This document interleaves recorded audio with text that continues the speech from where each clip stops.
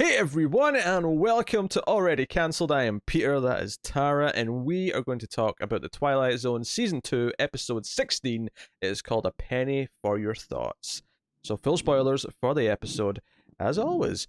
This episode features a character who tosses a coin into a newspaper salesman's hat, or something of that kind, and Coin catcher? Coin catcher, yes. Actually, I think it was like an instrument case. It was basically a busker, but except instead of playing music, he was handing out newspapers. So I don't know how that worked exactly.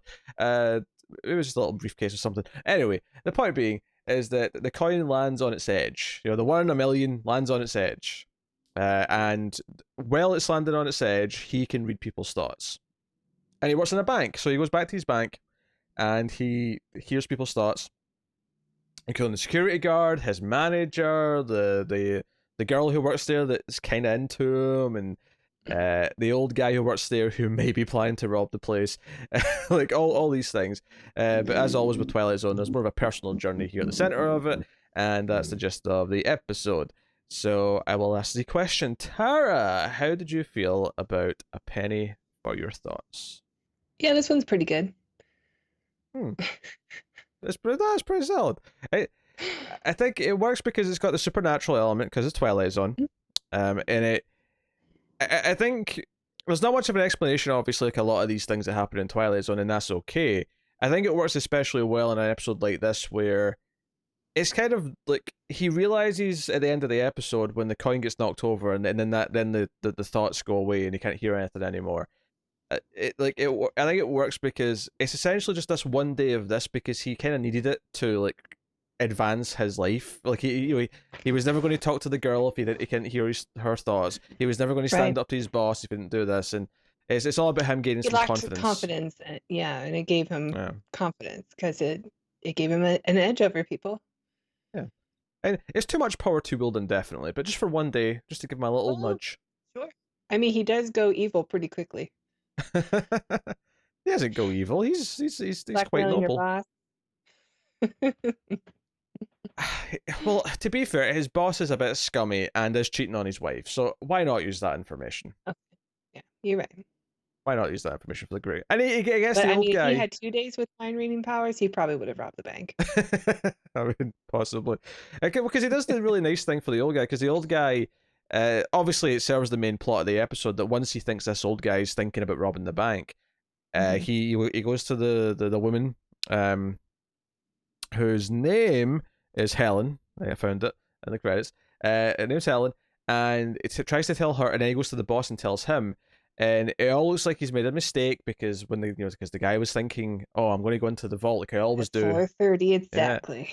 Yeah. I'm going to take some money in my briefcase, and no one's going to be the wiser. And they search his briefcase, and there's nothing there. The boss feels like an idiot. He gets mad and fires our main character of Hector. And it turns out that he jumped the gun a little bit because, yeah, he was thinking that, but he thinks that every day. It's like his little fantasy he does when he's bored at work. He just sits and thinks about, oh, what would I do if I robbed the bank? It's just his own little innocent thing.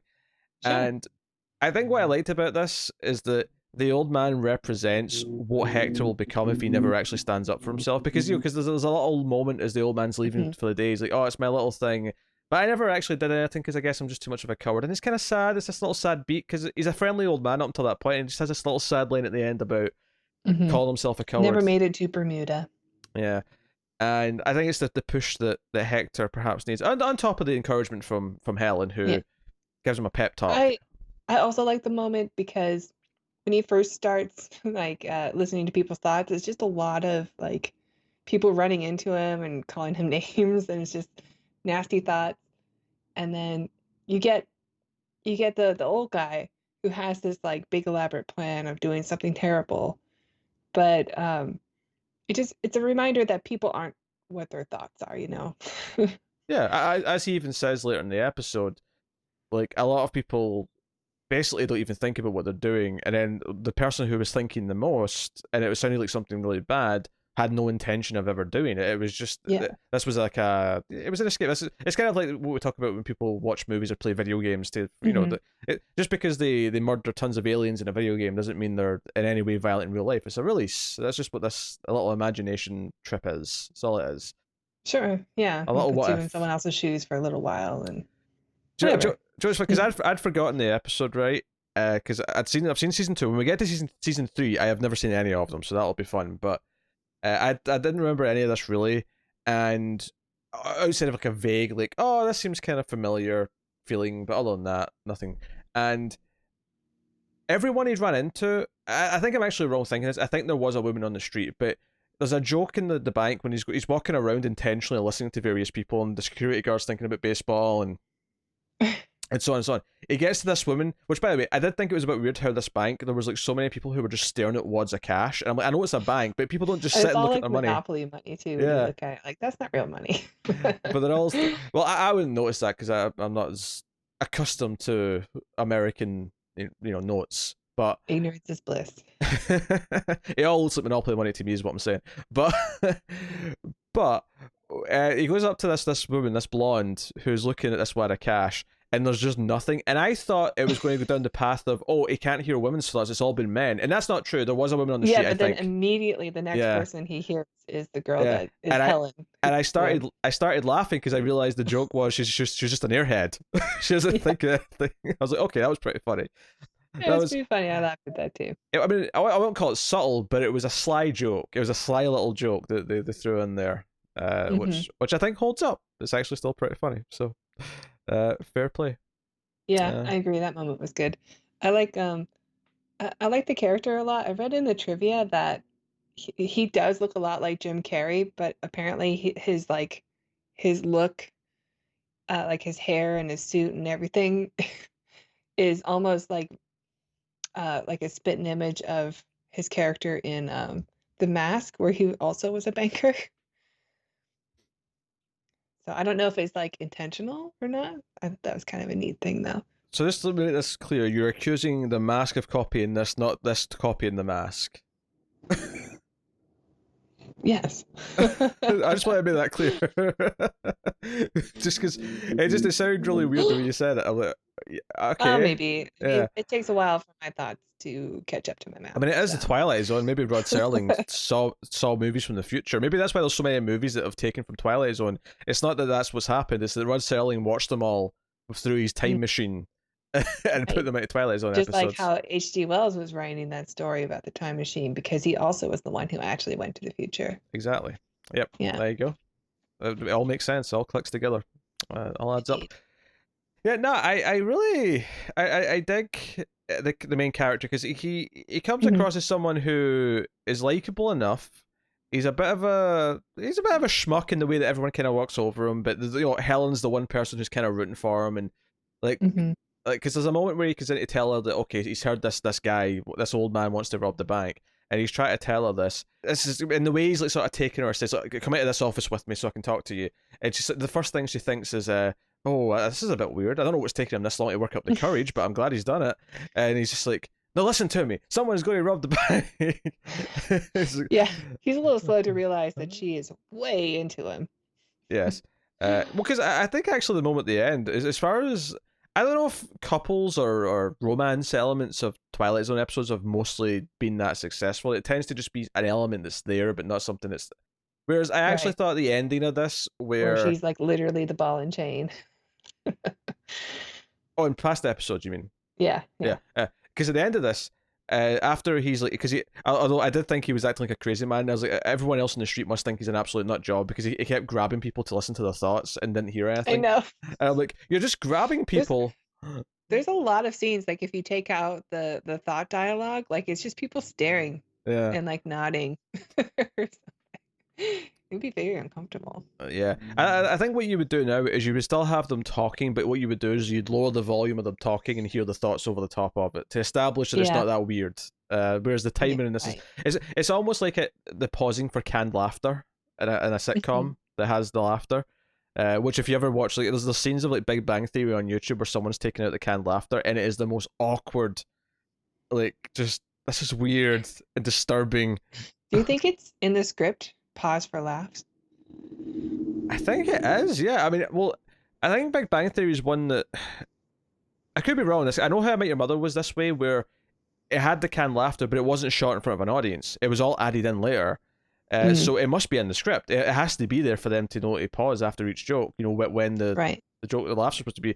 I think for shows that were actually filmed in front of an audience, it's more natural because they hear the audience and they sort of know to wait a second for Yeah. the Okay. line. We have to Yeah. stop.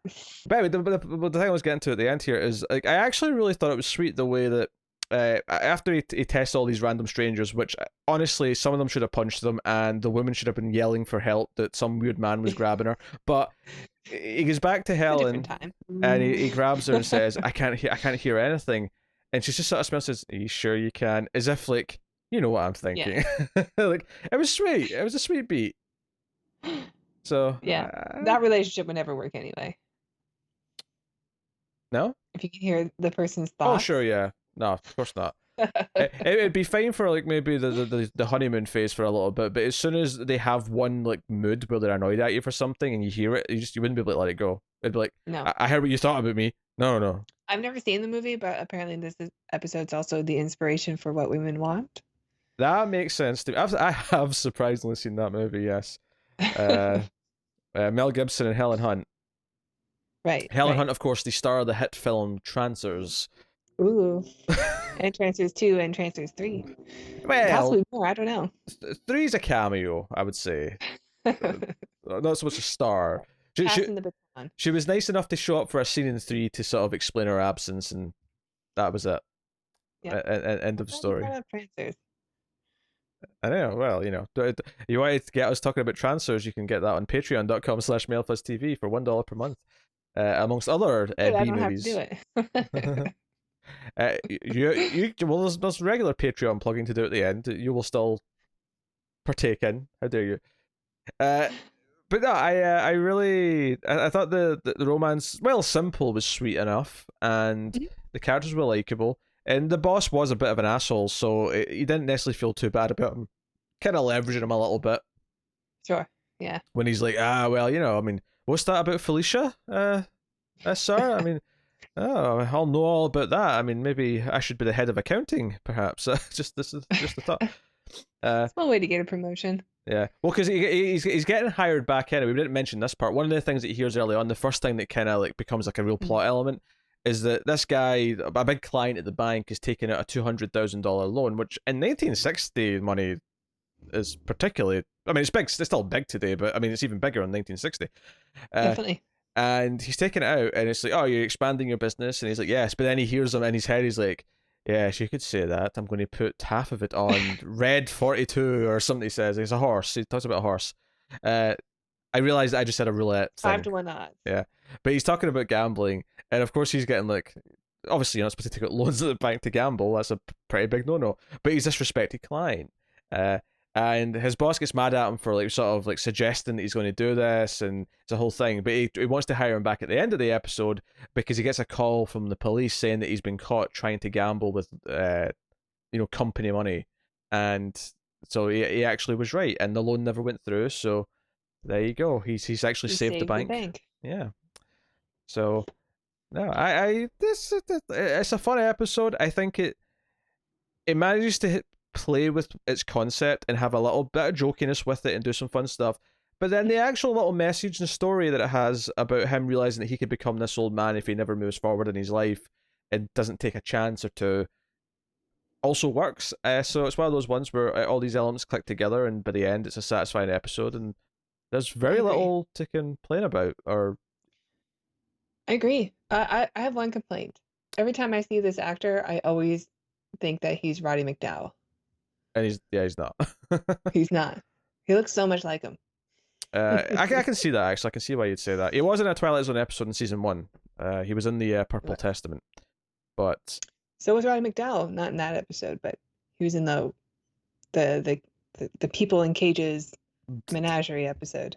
The one that was basically a precursor to Planet of the Apes, yes. He was in that one. Which also a Roddy McDowall movie. Also a Rod Serling movie. Cornelius.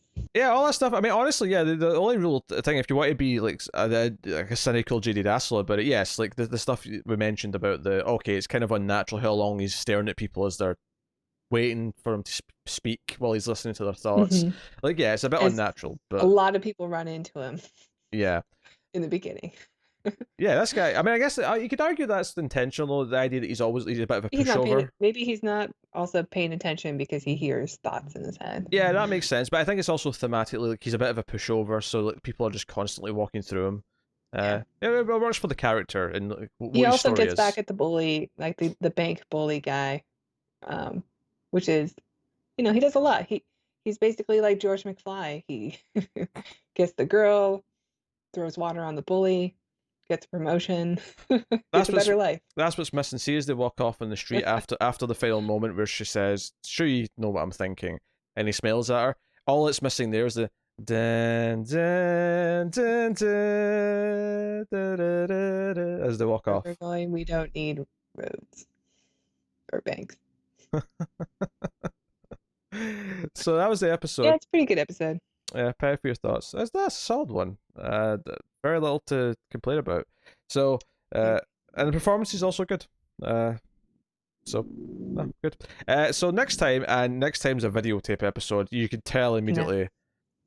I mean, God, I noticed. yeah. When it cut to this next time on at the end, I was like, oh God, this looks rough. He also said it's going to be a spooky one. Yeah, so it's going to be a horror tale. It's called 22, which not that really matters, but it's written out rather than numerical. And here's the description on IMDb. While in the hospital recovering from overwork, Liz Powell keeps dreaming about going down to the hospital morgue. Okay. I see potential. Sounds spooky. Yeah. There's a dude in the image that it doesn't really. When it was small, I thought he looked a little bit like Harvey Keitel, but it's not. I mean, I never thought it was actually him, but I thought it looked like him. But he doesn't really. It's just when I made it bigger, it was like, nah, it doesn't really. It would be a very young Keitel. It would be. Yeah, but Harvey Keitel still looked like Harvey Keitel in like Main Streets, which was 1973. So 13 years earlier, like I think he was still old enough to be an adult, like Yeah. in a He movie could at probably that just time. do Bad Lieutenant again, and it would be the exact same. He would look the exact same. Oh, he's an old man now, but like he's one of those guys who did look the same for a long time. So that's next time 22. So, and what was the number 22 referring to? I'm going to go out on a limb and say it's probably the number on the in the morgue, which slot it is. But that's just a guess. I'm just stabbing in the dark. But yeah, so that's next time. You can let us know what you thought of this episode in the comments below. You can like and subscribe. Liking is very important on YouTube. It lets YouTube know that you recommend us out to other people, and it'll do that. It'll put us in the recommended videos. It'll put us in the suggestions and all that stuff. So please do. That is the free way you can support us. You can also support us for some monies. Tara, this is your cue. Why, yes. Thank you. You can go to our Patreon page. Patreon.com/MouthFuzzTV. Why do you keep laughing? Because you laugh, sound. I laugh, and then it. Because you put this voice. I mean, I know I do a voice. I have got a voice for the plugs too, but you do this voice where you sound. I don't know. You still sound startled after all this time, even though you've literally done it probably over 100 times at this point between Ace and Twilight Zone. Probably. Yeah. Definitely. Why, yes, thank you. Oh, me? Yeah, so anyway, check out the Patreon page, patreon.com/MouthFuzzTV, and if you donate as little as $1 per month, you will get bonus episodes of The Ace, our science fiction movie podcast. You can check out the Transfer Saga, which was mentioned earlier and should be mentioned again, because Transfers 4 is debuting soon, if it hasn't already.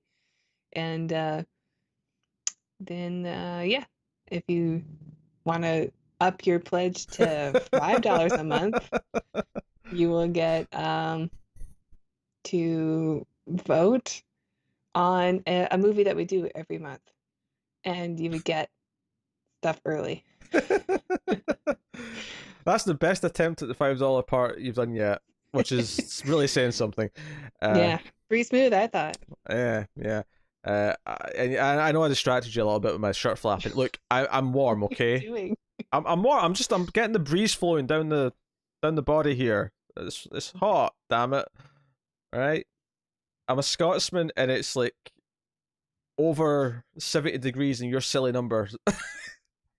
I'm warm. 70 degree. Nah, it's more like 80 something, I think. But look, the point is, it's warm. I've been feeling it all day, and here we are. So thank you very much once again for watching and listening. Guys on Twitter, of course, at mailed_fuzz for channel updates. But that is us, so thank you. Keep watching TV, guys, in the Twilight Zone.